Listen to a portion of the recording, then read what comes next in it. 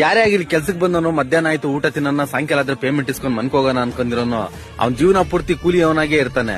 ಅದೇ ಮೇಸ್ತ್ರಿ ಯಾರೇ ಆಗಿರ್ಲಿ ಕೆಲ್ಸ ನಂದು ಅಂತ ಕಷ್ಟಪಟ್ಟು ದುಡಿಯೋನು ಒಂದಲ್ಲ ಒಂದಿನ ಮೇಸ್ತ್ರಿ ಆಗೇ ಆಗ್ತಾನೆ.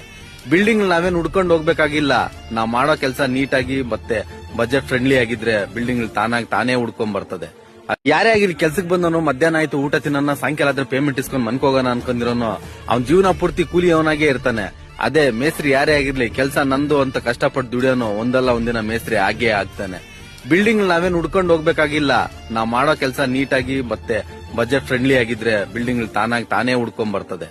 ಯಾರೇ ಆಗಿರ್ಲಿ ಕೆಲ್ಸಕ್ಕೆ ಬಂದವನು ಮಧ್ಯಾಹ್ನ ಆಯ್ತು ಊಟ ತಿನ್ನ ಸಾಯಂಕಾಲ ಆದ್ರೆ ಪೇಮೆಂಟ್ ಇಸ್ಕೊಂಡ್ ಮನ್ಕೋಗೋಣ ಅನ್ಕೊಂಡಿರೋನು ಅವ್ನ್ ಜೀವನ ಪೂರ್ತಿ ಕೂಲಿ ಅವನಾಗೆ ಇರ್ತಾನೆ.